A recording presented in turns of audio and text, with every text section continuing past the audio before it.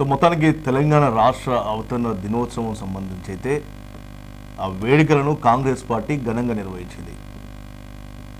తెలంగాణ సంబంధించినటువంటి అధికారిక రాజముద్రను కూడా మార్చాలనే ప్రయత్నంలో సీఎం సంబంధించిన రేవంత్ రెడ్డికి కొన్ని వినతులు వచ్చిన కారణంగా అందరితో చర్చించిన తర్వాత అందరి అభిప్రాయ సేకరణ తీసుకున్న తర్వాత ఆ యొక్క చిహ్నం కూడా మారుస్తా అని చెప్పేసి అయితే ఇప్పటికే ప్రకటించిల్లు. సో దానికి సంబంధించి అయితే నిన్న ఎలాంటి చిహ్నాన్ని అయితే నిన్న ఆవిష్కరించలేదు.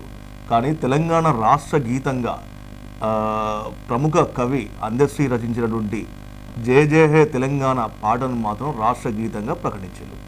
సో ఆ పాటలో కూడా దాదాపు మనం చూసినాం 4-5 రోజుల నుంచి సోషల్ మీడియా కావచ్చు, పలు మీడియా ఛానల్లో కావచ్చు, కొంతమంది కళాకారులు ఎవరైతే ఉన్నారో తెలంగాణేతరులను కాకుండా మీరు ఆ యొక్క మళ్ళీ ఆ పాటను మళ్ళీ కొత్తగా సంగీతాన్ని ఎలా పక్క వరకు ఇస్తారు, కీరవానికి ఇస్తారని అయితే అనేక ఆరోపణలు, గొడవలు, చర్చలు జరిగినాయి. సో అటువంటి క్రమంలో మరి ఆ పాటకు ప్రాణం పోయాలి, ఆ పాటకు రాష్ట్ర గీతంగా ఎప్పుడు కూడా తెలంగాణ ప్రజల మధ్యలో చిరస్థాయిగా నిలిచిపోవాలని ఒకే ఒక ఆలోచనతో మరి సీఎం రేవంత్ రెడ్డి ఎన్ని విమర్శలు వచ్చినా కూడా మరి తట్టుకొని నిన్న ఆ జయ జయ హే తెలంగాణ అనే పాటను అయితే విడుదల చేయడం జరిగింది. అయితే సహజం, పాత పాట విన్న తర్వాత కొత్త పాట కొంత మనం అవలంబం చేసుకోవడానికి కొంత సమయం పడుతుంది. ఆ పాటకి ఈ పాటకు వ్యత్యాసం ఉంటుంది. పాత పాట బాగుంది, చాలా బాగుంది. అది ఎందుకంటే ప్రముఖ గాయకులు పి సుశీల సోదరుడు రామకృష్ణ పాడినటువంటి ఆ పాట తర్వాత నిన్న పాడిన పాట తేడా ఉంది.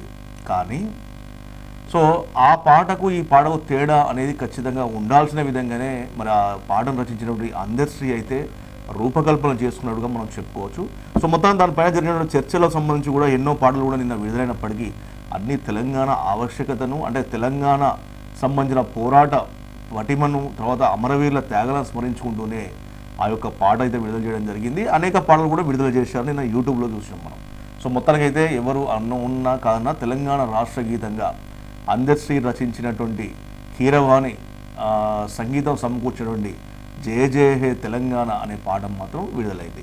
సో మొత్తానికైతే నిన్న రాష్ట్ర అవతరణ దినోత్సవ వేడుకలు అయితే కన్నుల పండుగ సాగినాయి. ఇక మరొక అంశం ఏంటంటే ఉమ్మడి ఆంధ్రప్రదేశ్ను మనం ఉన్నప్పుడు విభజించిన తర్వాత విభజన చట్ట ప్రకారము 10 ఏళ్ళు కలిసి ఉన్నట్టు 10 ఏళ్ళు ఉమ్మడి ఆస్తిగా ఉన్నటువంటి హైదరాబాదు నిన్నటితోటి పూర్తి స్థాయిలో హైదరాబాదు వశమైంది. అంటే ఇక ఆంధ్రప్రదేశ్ సంబంధించినటువంటి వాళ్లకు హైదరాబాద్ తెలంగాణలో ఎటువంటి వాటా లేదు. సో నిన్నటి నుంచి హైదరాబాద్ సంబంధించినటువంటి వాళ్ళకు ఉన్న ఆ భవనాలు కానీ, ఏపీ భవనాలు కానీ, ఏపీ సంబంధించిన ఏదున్నా కూడా వాళ్ళు ఖాళీ చేయాల్సిందే విధంగా నిన్న ఆ చట్ట విభజన ప్రకారం అయితే అన్నీ మన వశం అయిపోయినాయి. సో ఇది కూడా ఒక శుభపరిణామం చెప్పుకోవచ్చు.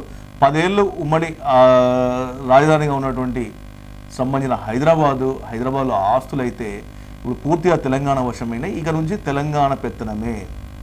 గవర్నర్ సంబంధించిన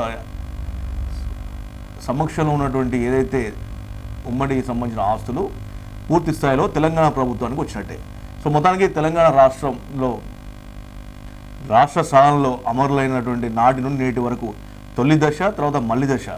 సో ఈ ఉద్యమంలో నీలగొరిన అమరవీరులందరికీ కూడా మరొక మారు అందరిటి పక్షాన మరి నివాళులు అర్పిస్తూ ఖచ్చితంగా కూడా మరి కొత్తగా ఏర్పడిన ప్రభుత్వం తెలంగాణ ప్రజల ఆకాంక్ష, తెలంగాణ ప్రజలకు సంబంధించిన అవసరాలు, అభివృద్ధిని దృష్టిలో పెట్టుకునే విధంగానే ముందుకు పోతుందని చెప్పేసి, ముందుకు పోవాలని చెప్పేసి అయితే మేమైతే కోరుతా ఉన్నాం. సో మొత్తానికి అయితే తెలంగాణ రాష్ట్ర అవతరణ దినోత్సవం అయితే కన్నుల పండుగగా నిన్న సంబంధించి అటు రాష్ట్ర వ్యాప్తంగా అన్ని ప్రభుత్వ కార్యాలయాల్లో, తర్వాత అన్ని పార్టీల కార్యాలయాల్లో, తర్వాత ప్రైవేట్ ఆర్గనైజేషన్స్, తర్వాత సామాజిక స్వచ్ఛంద సంస్థల సంబంధించినటువంటి కార్యాలయాలు కూడా కన్నుల పండుగగా నిర్వహించుకున్నారు.